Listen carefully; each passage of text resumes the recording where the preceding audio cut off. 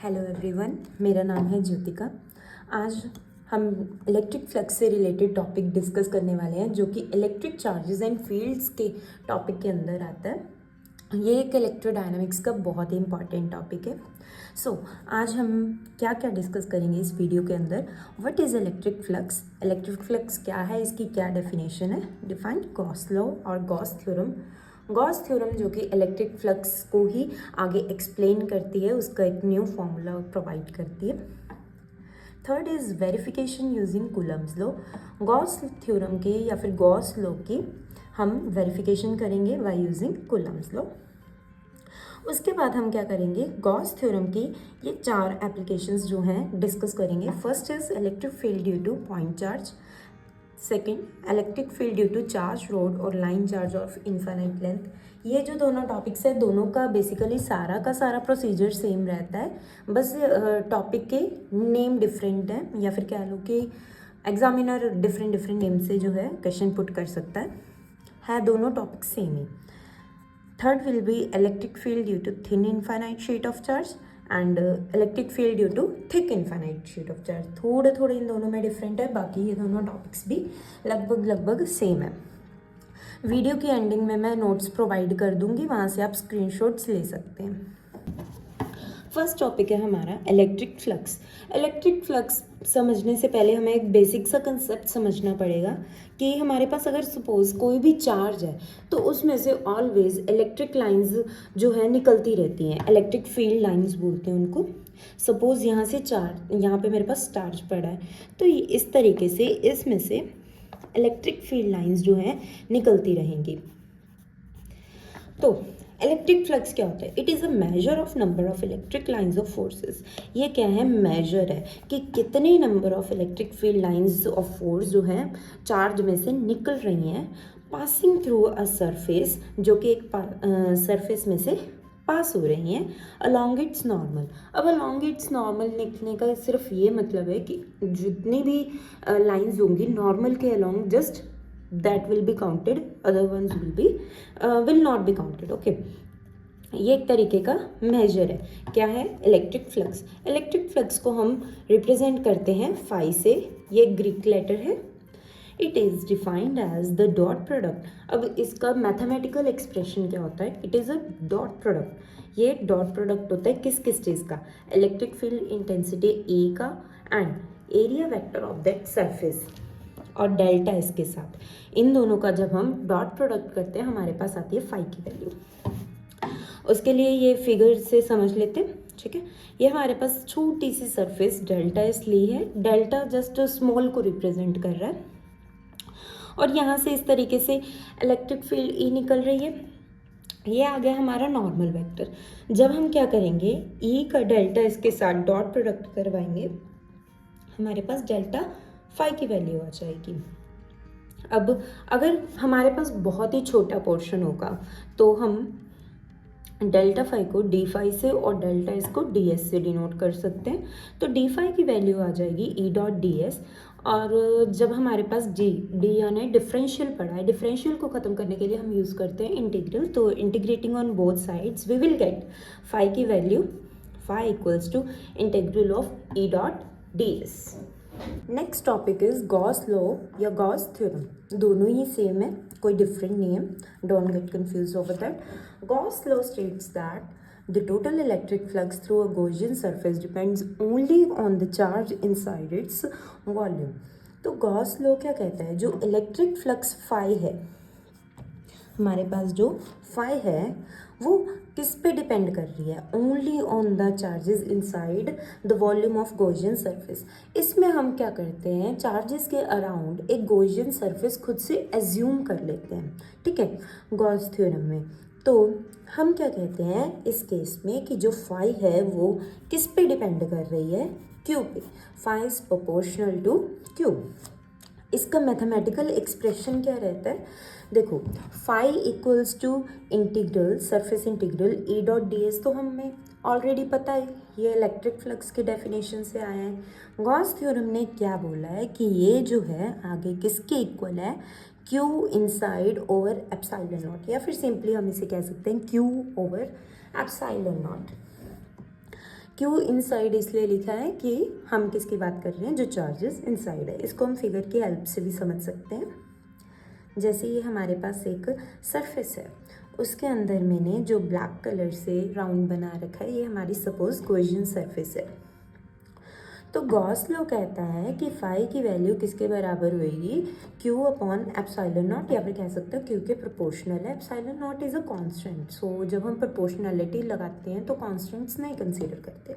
Okay, तो जो Gaussian surface है ये हमारी, इसके अंदर जो चार्ज है फाई उस पर डिपेंड करेगा, ना कि बाहर वाले चार्ज कैपिटल क्यू पे। I hope you understand Gauss theorem. Now let's talk about its verification. तो हम जो गॉस लॉ की वेरिफिकेशन कर सकते हैं कूलम्स लॉ के थ्रू। कूलम्स लॉ से हम ये एक्सप्रेशन उठाएंगे। कूलम लॉ हमें इलेक्ट्रिक फील्ड E की वैल्यू देता है 1/4 pi epsilon naught Q over R square, right. ये हमारे पास आया from Coulomb's law. Okay, first of all हम क्या करेंगे, एक चार्ज Q एज्यूम कर लेंगे, let it be small q here. Okay, एक हमने प्लस Q पॉजिटिव चार्ज हमने एज्यूम कर लिया है। तो पॉजिटिव चार्ज क्या करेगा, अपने में से इलेक्ट्रिक फील्ड लाइंस को एमिट करेगा। इस तरीके से पॉजिटिव चार्ज एक्चुअली एमिट करते हैं लाइंस। सपोज अगर मेरे पास यहाँ पे चार्ज पड़ा है तो इस तरीके से वो आउटसाइड डायरेक्शन में इलेक्ट्रिक फील्ड लाइंस एमिट करता रहेगा। हमने जस्ट ये वाली लाइन को उठाया है, बाकी सारी भी हैं, हमने जस्ट फिगर में शो नहीं किया है। Okay, I have shown this line only. हमने ये गॉसियन सरफेस, जो स्फेरिकल गॉसियन सरफेस हमने यहाँ पे एज्यूम करी है।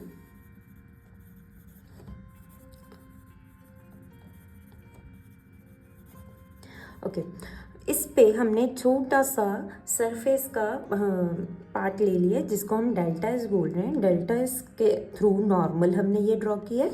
ये जो छोटा सा एरो है ये नॉर्मल को रिप्रेजेंट कर रहा है, और ये ई हमारी इलेक्ट्रिक फील्ड हो गई। तो हमें पता है कि इलेक्ट्रिक फ्लक्स की डेफिनेशन से हमारा जो फाई होगा उसकी वैल्यू कितनी होगी, integral of phi is equals to surface integral of E dot D s, right. अब हम देख पा रहे हैं कि E और डेल्टा एस, डी एस या फिर डेल्टा एस, ठीक है, दोनों की डायरेक्शन सेम है। जब दो चीज़ें सेम डायरेक्शन में जा रही होती हैं तो दोनों में एंगल कितना बनता है, 0 डिग्री का। तो हम पहले क्या करेंगे, डॉट प्रोडक्ट को खोलेंगे एंड देन एंगल कौन सा, 0 डिग्री का पुट कर लेंगे। सो जहाँ पे हमने छोड़ा था वहीं से कंटिन्यू करते हैं। Phi is equals to, as I have told you, surface integral of E dot D s, right. हमें पता है कि जब हम डॉट हटाते हैं तो हमारे पास क्या फैक्टर आ जाता है, ई d s cos of theta, और थीटा की वैल्यू यहाँ पे कितने हैं, 0 degree. Theta is nothing but angle, okay. E d S times cause of 0 degree, और जो कॉस 0 होता है वो किसके बराबर होता है, 1। तो अगर हम डी एस को 1 से मल्टीप्लाई करेंगे we will get D S only, so हम ये वाला फैक्टर छोड़ देंगे। अब यहाँ पे जो है ई डी एस हमारे पास बचे हैं। ई की वैल्यू जो है हमें कूलम्स लॉ देता है, मैंने पहले भी बताई थी। ई की वैल्यू कितनी होती है, 1/4 pi epsilon naught Q upon r square, right. और डी एस जो है हमारा सरफेस एरिया है। हमने इस बार गॉसियन सरफेस स्फेरिकल एज्यूम करी थी, तो हम क्या करेंगे, डी एस की जगह स्फीयर के एरिया का फॉर्मूला पुट करेंगे, ओके। E इक्वल्स टू, ई जो है हम कांस्टेंट एज्यूम करेंगे तो इंटेग्रल के बाहर आ जाएगा। कांस्टेंट चीज़ ऑलवेज इंटेग्रल से बाहर लिखी जाती है। E integral d s, E की वैल्यू है हमारे पास 1/4 pi epsilon naught Q over r square times d s का इंटीग्रल, मैंने अभी बताया हमारी सरफेस जो स्फेरिकल सरफेस है उसका एरिया आ जाएगा डी एस, और यहाँ पे हमारे स्फीयर के एरिया का फॉर्मूला होता है 4πr²। अगर हम ध्यान से देखें 4π ऊपर भी पड़ा है नीचे भी पड़ा है, दोनों कैंसिल आउट हो जाएंगे। सिमिलर वे में r² भी कैंसिल आउट हो जाएंगे। तो हमारे पास जस्ट एक q बचा है और एप्सिलॉन नॉट बचा है। तो हम लिख सकते हैं phi is equals to q over epsilon naught. So finally हमारे पास फाई की वैल्यू आ जाती है q ओवर एप्सिलॉन नॉट। हमें पता है कि हमारी गॉस थ्योरम भी हमें सेम चीज़ ही बोलती थी कि गॉस थ्योरम क्या कह रही थी कि फाई की वैल्यू क्या है q inside over epsilon naught. q inside यानी हमारा सिंपल q ही है जो इनसाइड द गॉसियन सरफेस है। So now let's move on to applications. First application जो है electric field due to a point charge. इसमें भी सेम हमने एक पॉइंट चार्ज सेंटर में कंसीडर किया है। मैंने पॉजिटिव चार्ज कंसीडर किया है। इधर हम प्लस क्यू भी लिख सकते हैं, मैंने जस्ट प्लस डाल के सर्कल लगा दिए। सेम चीज़ रहेगी पिछली बार जैसे कि जो हमारे चार्जेस होते हैं वो क्या करते हैं, इलेक्ट्रिक फील्ड लाइंस एमिट कर रहा है ये पॉजिटिव चार्ज, उसकी डायरेक्शन ये है ई। अगेन हमारी ये क्या है गॉसियन सरफेस, और कौन सी है, क्या शेप है इसकी, स्फेरिकल। पॉइंट चार्ज के अराउंड हमने एक स्फेरिकल गॉसियन सरफेस एज्यूम कर ली है। उसका एक छोटा सा हिस्सा हमने डेल्टा एस लिया है, उसका नॉर्मल ड्रॉ किया है। ये जो एरो है उसको नॉर्मल रिप्रेजेंट कर रहा है। हम अगर ध्यान से देखें इलेक्ट्रिक फील्ड लाइन की डायरेक्शन और नॉर्मल की डायरेक्शन दोनों सेम होने के कारण अगर दो चीज़ें सेम डायरेक्शन में जा रही हैं तो दोनों में एंगल कितना हो जाएगा 0 डिग्री। फिर से एंगल हमने 0 डिग्री एज्यूम करके चलना। आपको क्या करना है, जब भी क्वेश्चन पेपर में ये क्वेश्चन अगर आता है तो सबसे पहले आपको स्टार्ट करना है कि आपने कौन सी गॉसियन सरफेस एज्यूम करी है, सबसे पहले आप वो लिखोगे। हमने स्फेरिकल गॉसियन सरफेस एज्यूम करी है तो सबसे पहले वो लिखा जाएगा। एंड देन जो है हमें पता है कि हमारी गॉस थ्योरम क्या कहती है, as we know. Gauss theorem से पहले हम इलेक्ट्रिक फ्लक्स की डेफिनेशन से स्टार्ट करते हैं। Electric flux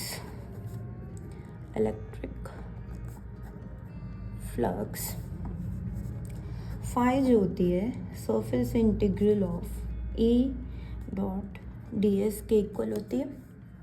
again dot product खोलेंगे तो हमारे पास आ जाएगा cos theta E d S cos theta.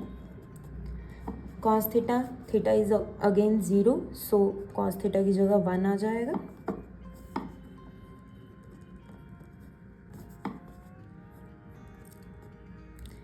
E d s cos of 0 degree या फिर 1 हो जाएगा। जब हम डी एस को 1 से मल्टीप्लाई करेंगे डी एस ही आ जाएगा हमारे पास, तो ये फैक्टर अगेन लिखने की ज़रूरत नहीं है।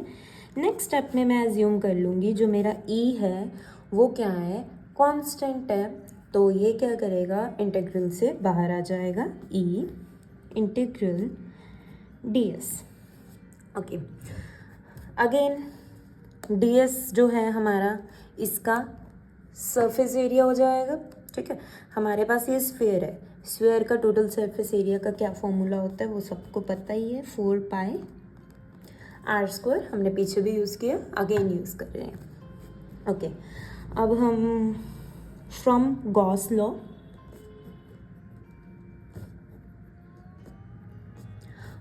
क्या कहता था कि फाई किसके बराबर है, क्यू ओवर एप्सिलॉन नॉट के, राइट।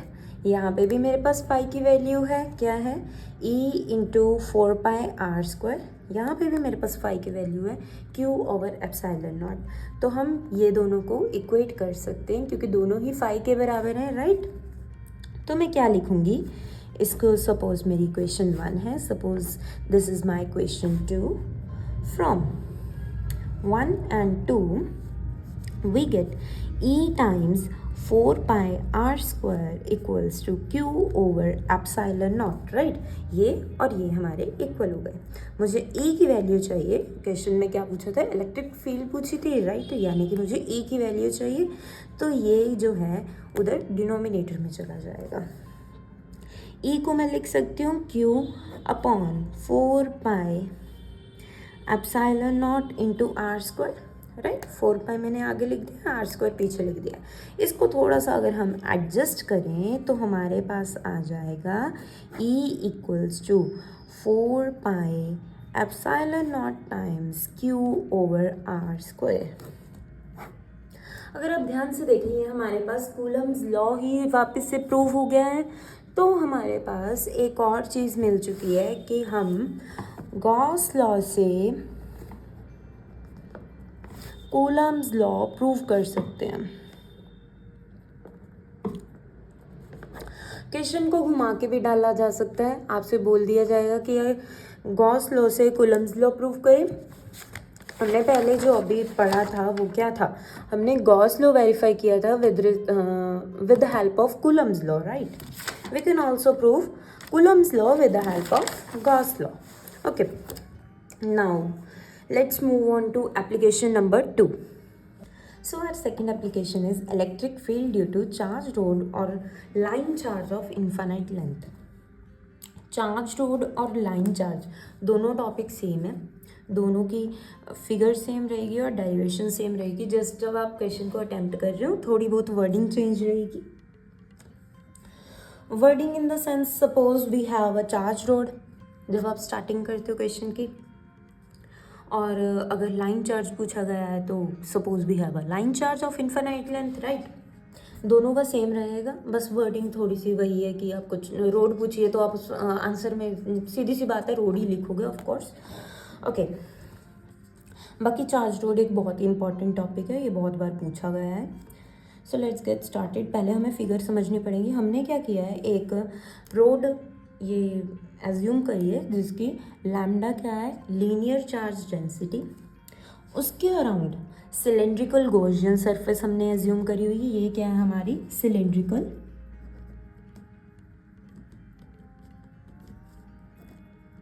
Gaussian surface, right.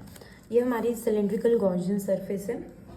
अब जो ये रोड है, suppose this is my road, तो अगर मैं इसको चार्ज कर देती हूँ, इसमें से लगातार बाहर की ओर इस तरीके से इलेक्ट्रिक फील्ड लाइंस जो है निकल रही होंगी।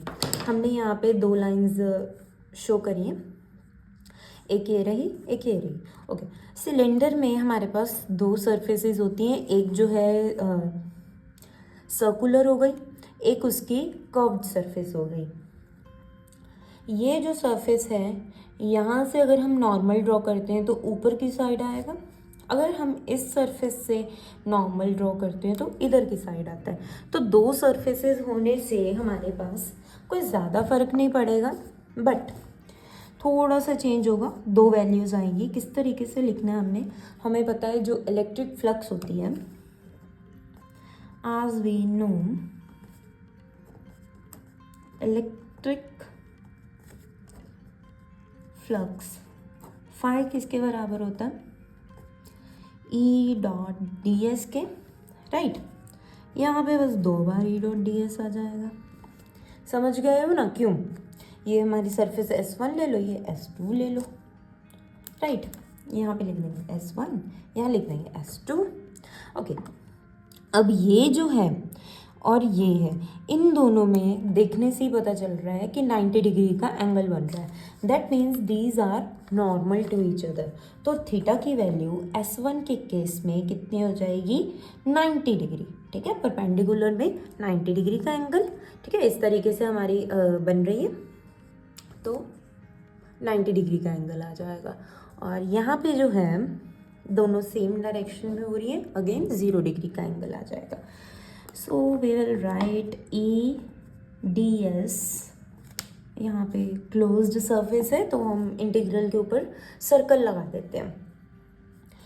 ई d s cos of 90 degree with an integral, right, plus integral E d s cos of 0 degree. अब cos 90 और cos 0 की वैल्यूज सब्सटीट्यूट करेंगे। Phi equals to E d s, cos 90 होता है 0 और यहाँ पे आ जाएगा EDS इंटू 1। DS को 0 से मल्टीप्लाई किया, ये पूरी टर्म को अगर हम 0 से मल्टीप्लाई करते हैं तो 0 ही आएगा, और 1 से मल्टीप्लाई करेंगे ये टर्म एज इट इज़ आ जाएगी। मतलब कि फर्स्ट टर्म तो पूरी एलिमिनेट हो चुकी है। हमारे पास बची क्या, जस्ट ये वाली टर्म EDS, राइट। अब E को अगेन हम क्या करेंगे, कांस्टेंट एज्यूम करके बाहर ले आएंगे।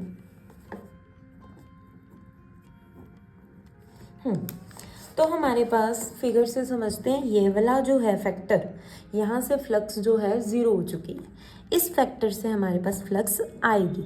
अब ये क्या है, कर्व्ड सरफेस है, तो हम क्या करेंगे, यहाँ पे इंटीग्रल ऑफ DS में curve surface area of cylinder का फॉर्मूला लगाएंगे, और curve surface area of cylinder का फॉर्मूला होता है 2πr_l। Okay, let it be question number 1 from Gauss law। Gauss law हमें फाई की वैल्यू क्या देता था, Q/ε नॉट, राइट। पर हम यहाँ पे Q से डील नहीं कर रहे हैं, लैम्डा से डील कर रहे थे। मैंने पहले भी बताया था, अगर आप भूल गए हो तो let me remind you, lambda हमारे पास क्या है, लीनियर चार्ज डेंसिटी है। ओके,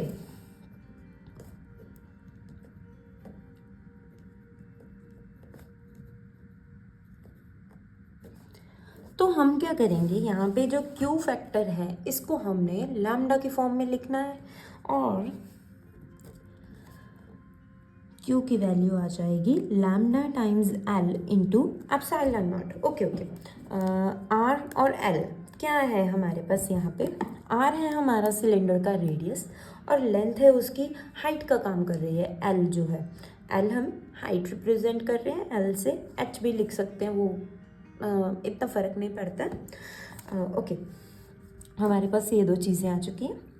Q की वैल्यू थी लैम्डा L, हमने ये Q की वैल्यू यहाँ पे सब्स्टिट्यूट करी है।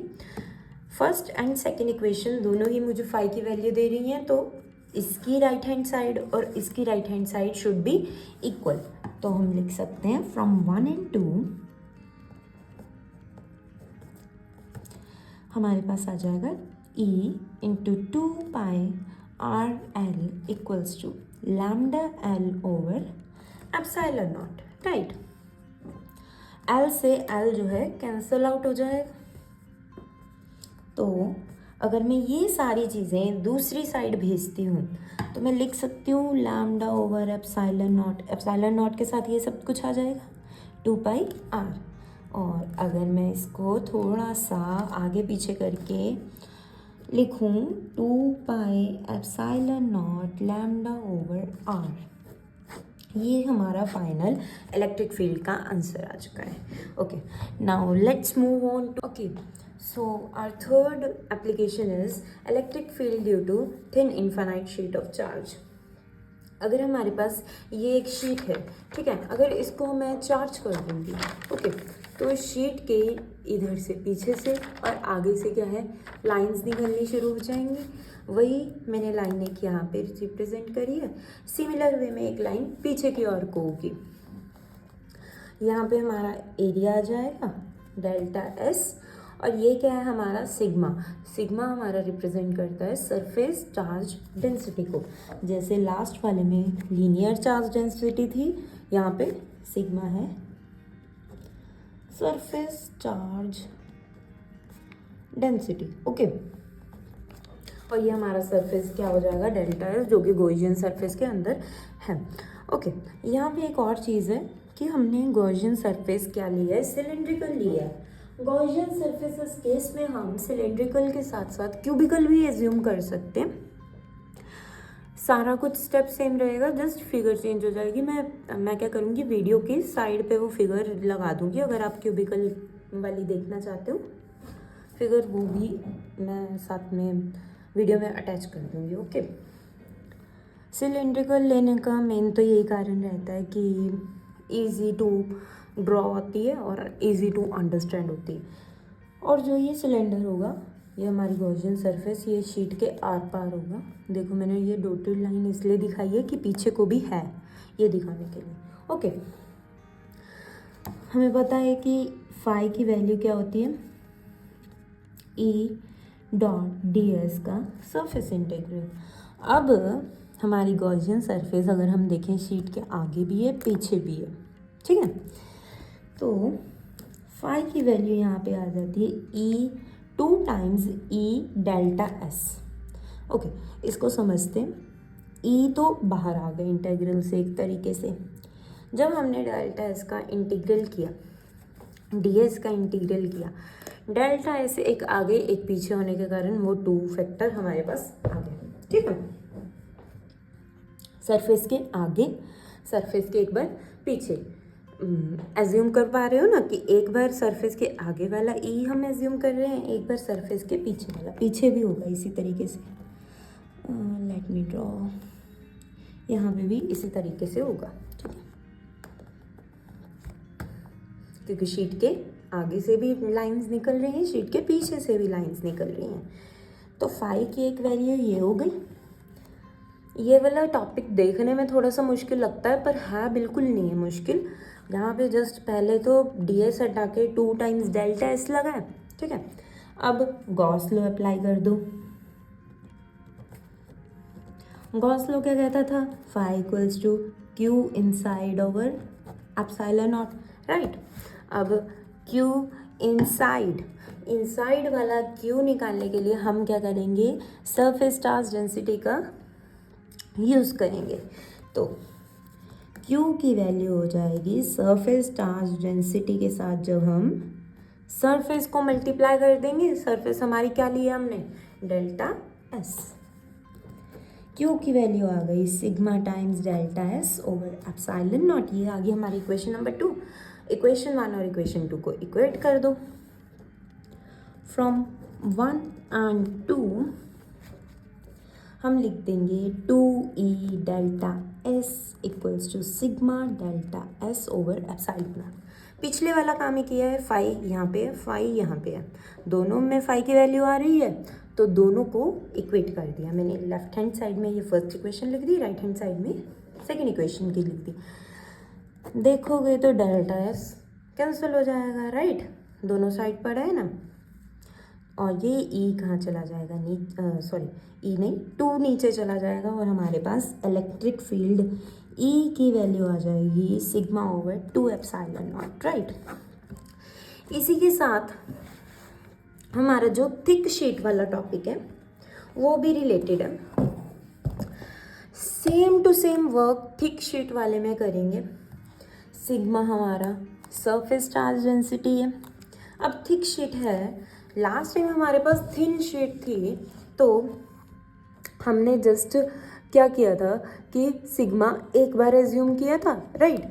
थिक शीट है तो आगे वाली सरफेस होगी, एक पीछे वाली सरफेस होगी। आप इसको एक बॉक्स के जैसे इमेजिन कर सकते हो ना, कि एक आगे है सरफेस बॉक्स की, एक पीछे सरफेस। सिमिलर वे में इलेक्ट्रिक फील्ड लाइंस आगे से भी निकल रही हैं। यहाँ पे आ जाएगा मेरा ई वेक्टर, राइट, और पीछे भी होंगी, यहाँ पे भी मेरा ई वेक्टर। और ये जो डेल्टा सरफेस है, ये जो है डार्क लाइन, सॉलिड लाइन आगे वाला सरफेस दिखा रही है, और जो ये डॉटेड लाइन है ये पीछे वाला सरफेस दिखा रही है।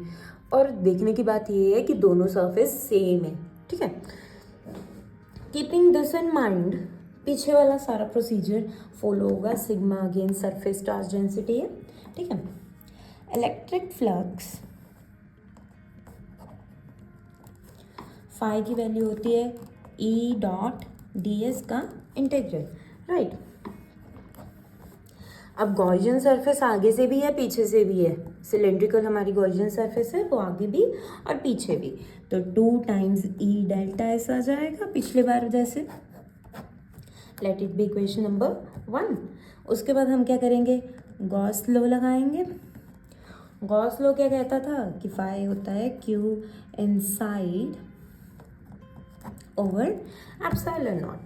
अगेन क्यू की वैल्यू हमने लास्ट टाइम क्या लिखी थी, सिग्मा टाइम्स डेल्टा एस लिखी थी, बट यहाँ पे चेंज है क्योंकि हमारी शीट जो है थिक हो चुकी है, तो डेल्टा एस सिर्फ आगे वाला लेके नहीं काम चलेगा, पीछे वाला भी डेल्टा एस कंसीडर करना पड़ेगा। इसीलिए मैंने शीट में ही, फिगर में ही डेल्टा एस 2 बार रिप्रेजेंट किया है, ठीक है। तो क्यू की वैल्यू हो गई 2 टाइम्स सिग्मा डेल्टा एस, सिर्फ इतना सा फर्क है, दैट इज ऑल। इसको हम क्या करेंगे, फाइव में सब्सटीट्यूट करेंगे, 2 times sigma delta s over epsilon naught. This will be our equation number 2। From 1 and 2 दोनों को अगर हम देखें, दोनों की लेफ्ट साइड में 5 पड़ा है, तो right hand side should be equal 2 times E delta s will be equals to 2 times sigma delta s over epsilon naught. Delta s भी कैंसिल आउट हो जाएगा और इस केस में 2 भी कैंसिल आउट हो जाएगा, तो हमारी ई की वैल्यू हो जाएगी सिग्मा ओवर एप्सिलॉन नॉट, ठीक है। ओके, सो पेपर में क्या किया जाता है, क्वेश्चन आता है कि आप फाइंड करो थिन इनफाइनाइट शीट चार्ज का इलेक्ट्रिक फील्ड और पता करो कि क्या थिक का भी सेम आता है या नहीं आता है। तो थिक वाले केस में आपको ये डिराइव करके दिखाना पड़ेगा कि थिक वाले में जो नीचे 2 फैक्टर है वो नहीं आता है, और जो थिन वाले में है ई के जो आंसर आता है उसमें क्या आता है, सिग्मा ओवर 2 एप्सिलॉन नॉट, और यहाँ पे अकेला सिग्मा ओवर एप्सिलॉन नॉट होता है। That is all. अगर आपने वीडियो यहाँ तक देख ही लिया है तो लाइक ज़रूर कर देना वीडियो को, subscribe will be appreciated, please subscribe कर देना चैनल को, सपोर्ट की ज़रूरत है चैनल को। और आपके जो भी व्यूज़ हैं वो आप कमेंट्स में लिख दो। अगर आपको कोई और टॉपिक मेरे से चाहिए तो आप वो भी कमेंट डाउन कर दो please. Thank you so much. Last में मैं आपके नोट्स वगैरह डाल दूँगी, इमेजेस डाल दूँगी, आप वहाँ से स्क्रीनशॉट्स ले लेना। Thank you.